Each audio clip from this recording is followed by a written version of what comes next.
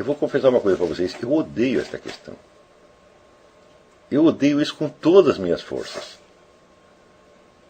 Por quê? Eu digo muito bem. Vamos ver como é que a gente trata, e aqui eu vou dar um exemplo breve, mais tarde eu vou voltar a esse assunto com mais detalhe. Como é que a gente trata uma questão, vamos dizer, com a verdadeira técnica filosófica. Veja, se você está seriamente empenhado em filosofia, como eu suponho que vocês todos estejam, e os que talvez entraram com a perspectiva errada, pode acontecer, aos poucos vão entender como é que funciona o negócio e vão adotar a perspectiva verdadeira, eficiente.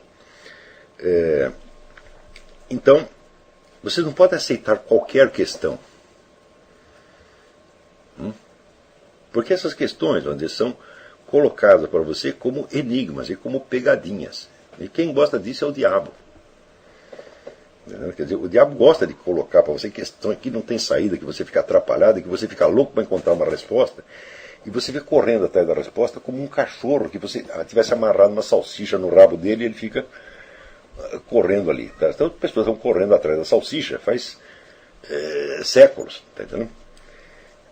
Muito bem. O verdadeiro espírito filosófico, ele não joga com conceitos abstratos. Ele quer criar conceitos para descrever ou explicar a realidade da experiência. A realidade da vida humana. Ou seja, quer cavar onde está e não numa altura teorética, hipotética, onde você vai ter uma resposta final sobre uma questão metafísica do determinismo livre-arbítrio. Né? Isso é teatro mental. Tá certo? Se vocês lerem os diálogos de Platão, vocês verão que Sócrates está continuamente trazendo as pessoas de volta, desde a altura onde elas criam as suas opiniões, para a realidade do que elas efetivamente sabem.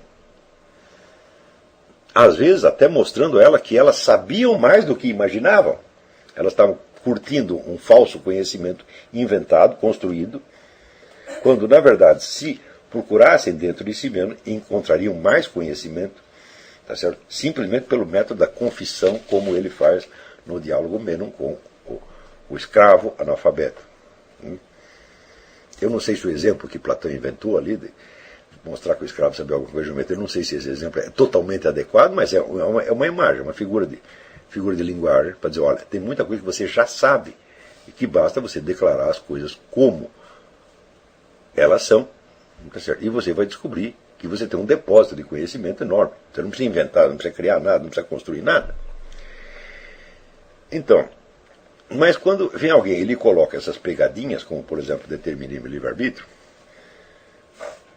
o que você tem que fazer é o seguinte, deixa eu ver se eu entendi bem. O que você quer dizer com essa coisa? Ou seja, nós vamos pegar essa dupla de conceitos e tentar aplicá-los à realidade da experiência tal como eu a conheço, para ver a que eles se referem na verdade. Então, o determinismo e o livre-arbítrio, das duas uma. Se você tem que escolher um deles, é porque você o está tomando como absoluto. É o livre-arbítrio total ou o determinismo total. É assim? Ora, se esses conceitos são absolutos, eles só podem se aplicar, vamos dizer, a seres que têm esta dimensão absoluta. Então perguntemos, existe determinismo e livre-arbítrio em Deus? No infinito? Deus pode ser livre ou predeterminado? Bom, por um lado, vamos dizer, ele já sabe tudo o que vai acontecer e tudo o que ele vai fazer. Sem dúvida. Ele é onisciente, então ele já sabe tudo. Então, digamos, então ele está predeterminado. Digo, sim, mas ele está predeterminado por quem? Se nada o predeterminou, ele não pode estar predeterminado. Não é porque ele decidiu fazer tal qual coisa, tá certo? Que você pode dizer que ele está predeterminado. Ele não está predeterminado, ele está determinado. Ele está decidido. Por outro lado, Deus pode ser livre? Eu digo, livre do quê? Existe um elemento externo que possa coagi-lo? Não. Então ele não pode ser nem prisioneiro nem livre. Esse conceito não se aplica. Então, de cara, tiramos, excluímos esta dimensão. O conceito de determinismo e de arbítrio não se aplica a Deus. E, portanto, não podem ser tratados nesse nível. Muito bem, tentemos agora, então, aplicá-lo aos seres humanos. Vejamos se um determinismo absoluto, ou um determinismo, ou uma liberdade absoluta, pode ser concebida em função da realidade dos seres humanos, tal como ela se apresenta na nossa experiência. E muito bem. Se eu tivesse uma liberdade absoluta, eu faria o que eu bem entendesse. E nada poderia me limitar. Ou seja, todos os seres em volta estariam todos predeterminados por mim. Então, a minha liberdade absoluta traria o determinismo para todos os outros. Eles estavam todos ferrados. Se existe um ser humano absolutamente livre, ele é o único. Não pode haver dois seres humanos livres. Então, conceito da liberdade absoluta, babau.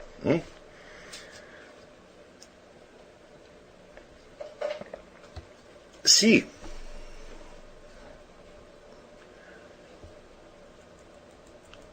por outro lado, eu estivesse totalmente predeterminado,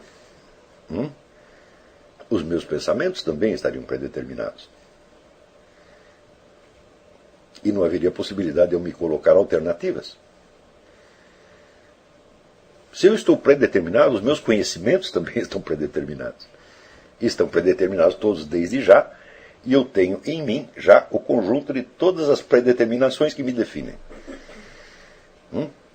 Portanto, eu tenho de tê-las não somente no meu ser, mas também no meu conhecimento.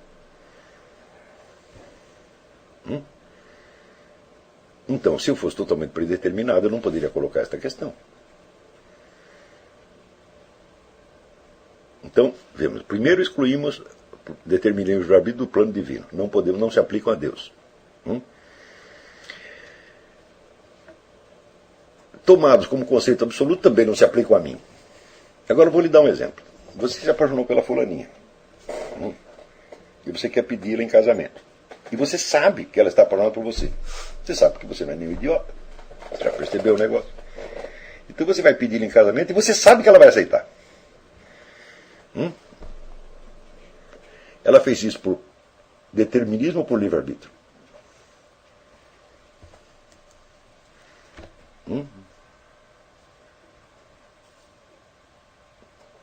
Ela está totalmente livre? Não, se ela estivesse totalmente livre, ela poderia mudar 100% num instante, sem nenhum motivo. Ela está totalmente predeterminada? Não, porque senão o sim que ela vai dar não teria valor para você. E você nem pediria. Então, esta simples situação humana, uma situação elementar, que todo mundo, toda pessoa casada passou pelo menos uma vez na vida. Os divorciados também, os viúvos também. Todo mundo passou por isso. Tá certo? E quem não passou, vai passar. Tá certo? Espero que passe, pelo menos. Essa situação tão simples não pode ser descrita em termos de determinismo e livre-arbítrio. Ora, se existe uma situação humana, uma única, que não pode ser descrita em termos de determinismo e livre-arbítrio, muito menos o poderá a totalidade da condição humana.